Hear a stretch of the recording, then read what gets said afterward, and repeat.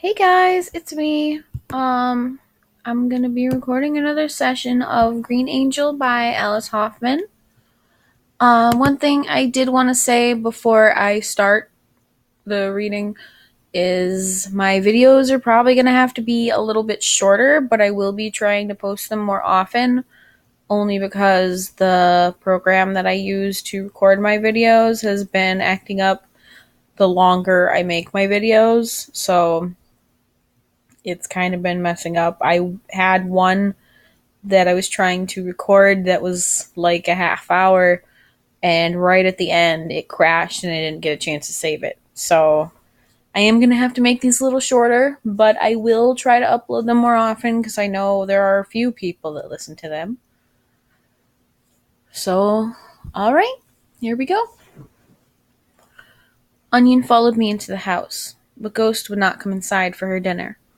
I fell asleep in my sister's bed, exhausted.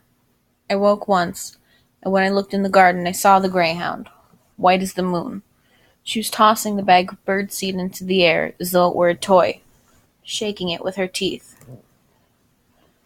In the morning, there were 100 birds in the garden.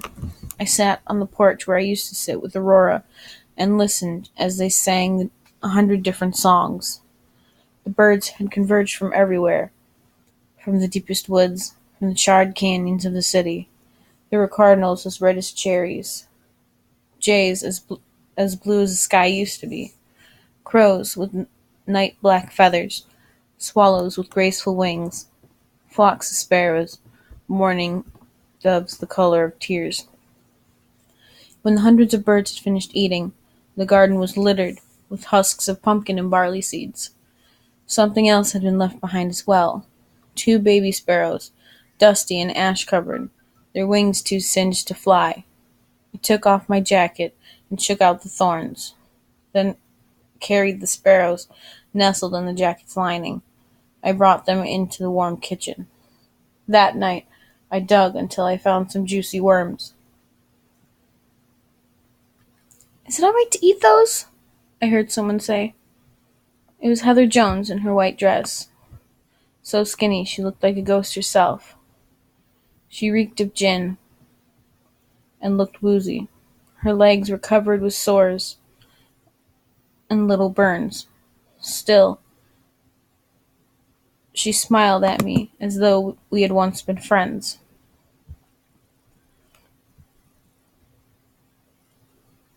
I realized that Heather was prepared to eat worms. That's how famished she was. I brought out some tins of beans, a loaf of bread, a few asparagus. I wish I'd had more. I'd been trying and failing to fish down at the river. I couldn't think of anything else I could spare. Then I remembered something I'd stored away.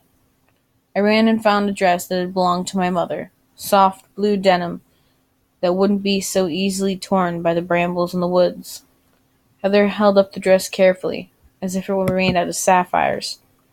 "Oh," she said, "how beautiful." I thought about how jealous I'd been of her. She'd been one of the prettiest girls in school. By now we could hear music from the forgetting shack. We could smell the billows of smoke. "I'm late," Heather said. "You don't have to go if you don't want to." It was as polite as I'd ever been, and this was as good an invitation as I could manage, but Heather just laughed. She was unsteady on her feet. When you looked closely, you could see that her features were fine. So close to her, I could smell liquor and dirt. "Don't you hear?" Heather insisted when I let her know she could stay. "They're waiting for me." Heather ran off with the blue dress, and there was nothing I could do about it. She thought they were waiting for her. She thought that she could dance her sorrow away. She must have believed she could forget that her mother and father had also gone to the city that day. I went inside to mash the worms into a paste. My hands were even uglier now from digging, from cleaning the old woman's floors, from chopping wood. I hardly recognized them as my own. I wondered if I was only a black cloud, a spray of mist, a stone, and nothing more. I studied the black roses, ringed with thorns that I had inked onto my skin. I was ash, and these were my hands. When I fed the worm paste to the baby sparrows, they didn't care if my hands were ugly, that my burning eyes could hardly see, that my long black hair was hacked off, lying in a pile in a corner. When I patted the dogs, they didn't care if my boots were old, if there was dirt under my nails, if there were thorns in my clothes, sharp as knives. When I swept my neighbor's floor, she had not cared that I was covered with ashes. I baked 2 loaves of bread, one to share with the dogs and the sparrows, one for my neighbor on the other side of the hill. My days were divided into tasks. I collected chestnuts in the morning, baked at noon, and late in the day I visited the piles of remembrance stones in the woods, white and black and silver. In the evenings, I took out my pins. I was covered now. My feet were covered with thorns, my legs with black vines, my arms with dozens of black roses. There were 2 ravens on my shoulders, and after propping up a mirror, I'd managed a bat on the nape of my neck. Every now and then, I found room for a black leaf or an inky bud about to bloom. As I worked, the sparrows nestled in a pile of hair on the corner. A sparrow wasn't a sparrow unless it could rise into the sky. Even I knew that. Soon enough, the fledgling singed feathers had fallen out, but I didn't guess how strong their wings had become until they began to flit around the house. I didn't know what they'd been busy weaving in their nest until they presented me with their gift, a fishing net made from the strands of my own black hair.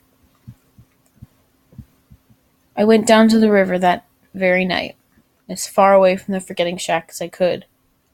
The moon was full. Streams of silver light reminded me of my sister. She would often dance while the rest of us worked in the garden. I used to tease her for being lazy. I used to call her names and tell her she'd never amount to anything if she didn't pay attention and work harder. Now I understood that she was working hard at dancing, at laughing, at being moonlight. She wasn't poor like Heather. She wasn't like poor Heather, forgetting with every step she took. My sister was learning the world as she danced. She was understanding the earth, the air, the fire of her own blood, the falling rain that made her laugh and dance even more wildly. My vision was bad. It didn't matter if I went fishing in the day or the night. In fact, my weak eyes preferred the moonlight. Night was better, colder, lonelier. But I was hardly alone. The dogs had followed me, and the sparrows had fluttered behind, enjoying their first flight beyond the confines of the house. Perhaps the fish would be more likely to drift into my net while they slept. I dipped my fingers into the cool water. I could feel the currents and the dreams of the fish, fluid and silver, like my own dreams had once been. I had tried to go fishing several times and always failed at the task, but this time was different. It was the net that must have called the fish, dark and floating in the water, a broken part of me. I caught 3 fish and placed them in a bucket of river water. I wrung out the black net and folded it into my pocket.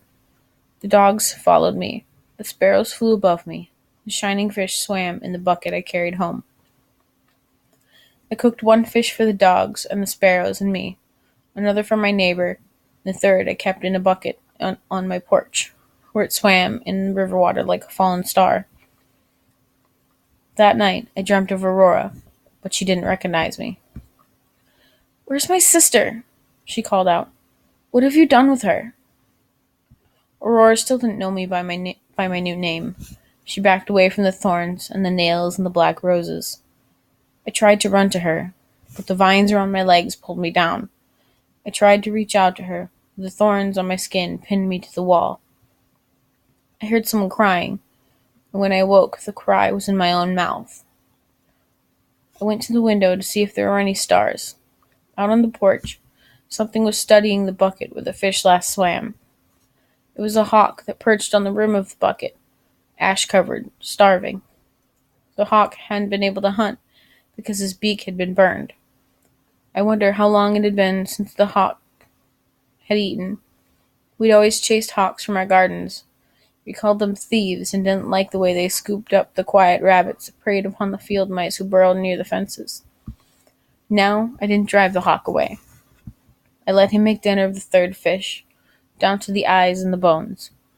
I wished the hawk well, certain he'd soon be on his way. But in the morning, the hawk was still on the porch, cleaning his feathers. I dressed and went outside. Without my leather jacket, I might have been afraid of his sharp talons, but I reached out my arm and the hawk hopped on. I treated his beak with lavender oil, which my mother always said could heal nearly any burn. I knew, after all, that a hawk is not a hawk unless he can hunt. But for now he seemed happy to perch on my shoulder, so close to me, he felt like the wind, like the highest reaches of the sky. When we went into the woods where the old trees grew, the hawk shook so many chestnuts from the trees, I could hardly carry them all home. That day I had enough to bake 6 loaves of bread, one for me and the sparrows, one for the dogs, one for my neighbor, one for the hawk, one for Heather Jones, who had taken to sleeping under the old bridge where the weeds were as tall as trees. I realized that there was one extra loaf of bread. I wondered why I had baked the 6th loaf, not knowing the reason until I heard footsteps out in my yard.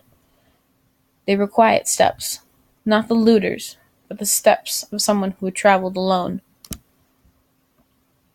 I put on my leather jacket and my nail-rimmed boots, my thorn-edged leggings, then went to open the door. He was so very still I might have easily slammed the door shut without ever knowing he was there. I might have thought it was only the night outside, only the stars and the moon, but I could feel him out there, even though he dressed all in black, his hood drawn low so he could hide in the ashes and no one could see his face. Just a profile, just quiet. Some other girl might have slammed the door and put the bolt on. She might have shouted for the stranger to go away or set the dogs on him. But I wasn't just any girl. I was the one with the talent for gauging truth from dishonesty, copper from gold, green tea from black, a friend from an enemy. Though I could barely see his face, I knew this boy was a diamond. I could tell who he was when I touched his arm. I could tell from his boots coated with mud, from his black hooded coat. I understood how alone he was and how tired he was of running. He seemed unable to speak, but the first thing he showed me was a small portrait of his mother that he'd painted. He carried the painting close to his heart. The boy motioned that he'd been to the city, that he and his mother had been separated when the fire began. He'd already crossed the river and walked 100 miles to look for her. Now he was too exhausted to go on. His backpack was empty except for a box of paints and a sheaf of white paper, burned at the edges. Another girl might have been afraid of the boy who arrived with so little, who refused to show his face, who could not speak a word. But I had my armor. I had my thorns. I'd already lost everyone I'd ever loved. I offered the boy the 6th loaf of bread. I felt I'd baked it for him even before he had walked into the yard. I could tell he was starving from the way he ate, huddled against the wind, his back to me. He wasn't about to let down his guard. He smelled like smoke in city streets. I wasn't sure whether this boy had lost the ability to speak, or whether he had simply chosen silence. Perhaps he spoke another language entirely, one I couldn't be expected to understand. That was fine with me. In silence, there was truth. Alright, guys. That's it for me tonight. Leave a comment down below. Let me know what you think. Let me know what books you want me to read next. I was thinking about possibly reading Alice in Wonderland next, because it's been one of my favorite stories since I was little. So, let me know what you think. Make sure to like and subscribe and all that stuff. Well, thanks for watching. Bye.